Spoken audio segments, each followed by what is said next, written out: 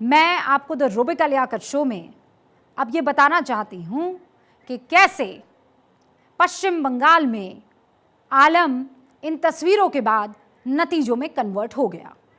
ये देखिए, कई गाड़ियां जलाई गई थी, चुनाव में हिंसा हुई थी, बैलेट बॉक्स को जला दिया गया था, बैलेट बॉक्स लेकर लोग भाग रहे थे।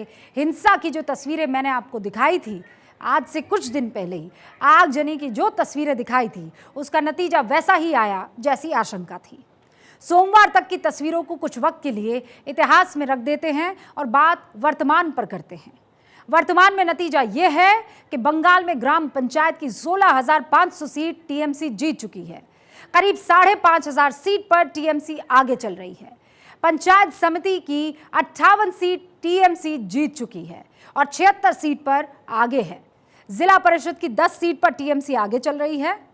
ये आंकड़े अभी कम ज्यादा होते रहेंगे क्योंकि वोटों की गिनती जारी है। ईवीएम से नहीं, बैलेट से हुई है, इसलिए गिनती में वक्त लगेगा। ममता दीदी की पार्टी ने अब तक ग्राम पंचायत की 2/3 सीटों पर कब्जा कर लिया है। कुछ चुपते हुए सवाल मैं आज भी पूछने से पीछे नहीं हटूंगी।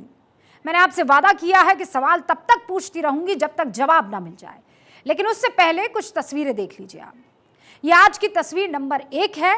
ये महिला जो आपको स्क्रीन पर दिखाई दे रही है वो बीजेपी की कार्यकर्ता है। इन्हें काउंटिंग सेंटर में घुसने तक नहीं दिया, इनके कपड़े फाड़ दिए गए। लोकतंत्र में किसने ये नाफरमानी की, ये आप खुद देख और सुन लीजिए।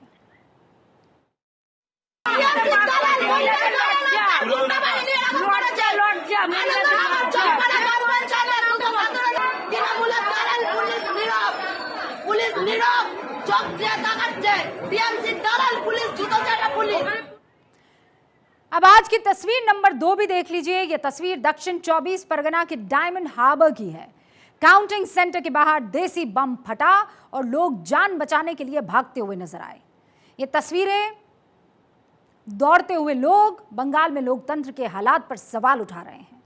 सवाल जिनके जवाब टीएमसी से मांगना जरूरी है, जिनके जवाब राज्य सरकार से मांगना जरूरी है। और ये सवाल सिर्फ मैं नहीं पूछ रही हूं, विपक्ष की हर वो पार्टी जो कह रही है कि 2024 में आप संग गठबंधन करेंगी, वो भी पूछ रही है।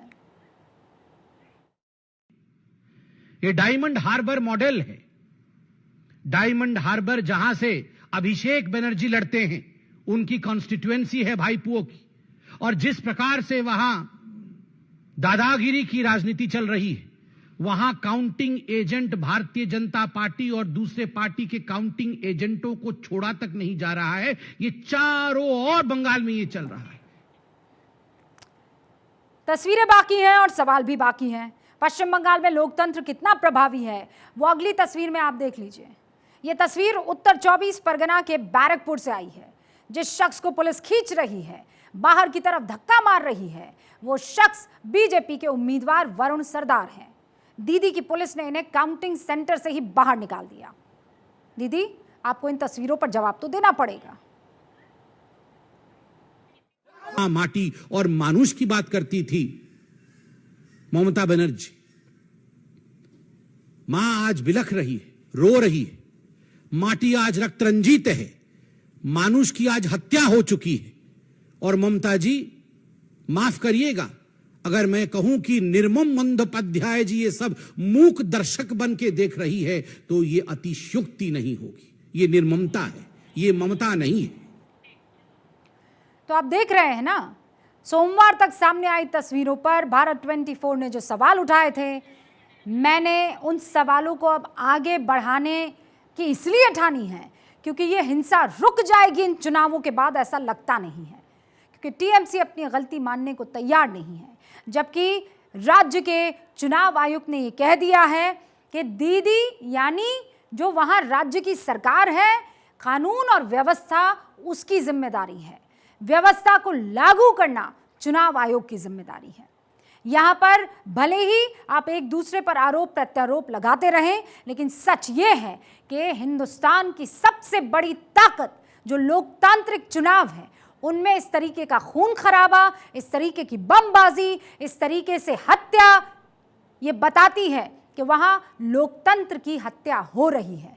लोकतंत्र के हालात पर आप लगातार दीदी सवाल उठाती रही हैं, लेकिन अब जो ये तस्वीरें हैं वो बताती हैं कि आपके यहां लोकतंत्र सुरक्षित नहीं है। तो लोकतंत्र कितना प्रभावी है पश्चिम बंगाल में, अब एक और तस्वीर के जरिए आप जान लीजिए। ये तस्वीर उत्तर 24 परगना के बैरकपुर से आई है। जिस शख्स को पुलिस खींच रही है वो मैंने आपको बताया वो वरुण है, जो बीजेपी के कैंडिडेट है। नॉर्थ परगना पश्चिम बंगाल की इस तस्वीर को आप देख लीजिए। ये शख्स इस वक्त जो रोता बिलखता आपको नजर आ रहा है ये वरुण सरदार है। दीदी की पुलिस ने इन्हें काउंटिंग सेंटर से बाहर निकाला। इन तस्वीरों पर लगातार दीदी से सवाल पूछे जा रहे हैं, उनकी पुलिस पर सवाल उठा रहे हैं। पुलिस प्रशासन पर सवाल उठाने वाली सिर्फ ये 3 तस्वीरें नहीं हैं, ऐसी कई तस्वीरें हैं। कूच बिहार में बैलेट पेपर्स पर स्याही पलट दी गई, बैलेट बॉक्स में पानी डाल दिया गया। पंचायत चुनावों के ऐलान से शुरू हुई हिंसा आज तक जारी है। 8 जून को पंचायत चुनाव में नामांकन शुरू हुआ, 8 जुलाई को पंचायत चुनाव में वोटिंग हुई, 11 जुलाई तक 36 लोगों की राजनीतिक हिंसा में जान चली गई और बीजेपी आरोप लगा रही है कि हिंसा में 45 लोगों की जान गई है। क्यों दीदी, आपके शासन में ये राजनीतिक हत्याएं क्यों हो रही है? आप तो खुद महिला हैं, फिर आपके शासन में एक महिला नेता के कपड़े फाड़ने की हिम्मत कौन दिखा सकता है? आप तो देश में लोकतंत्र का खतरे में बताने का पुरजोर विरोध करती रही हैं, कहती रही हैं कि लोकतंत्र खतरे में है और मैं झुकने वाली नहीं हूं। तो फिर बताइए, आपके राज्य में बंगाल में जो तस्वीरें हैं वो लोकतंत्र की हत्या की परिभाषा में फिट बैठती हैं कि नहीं?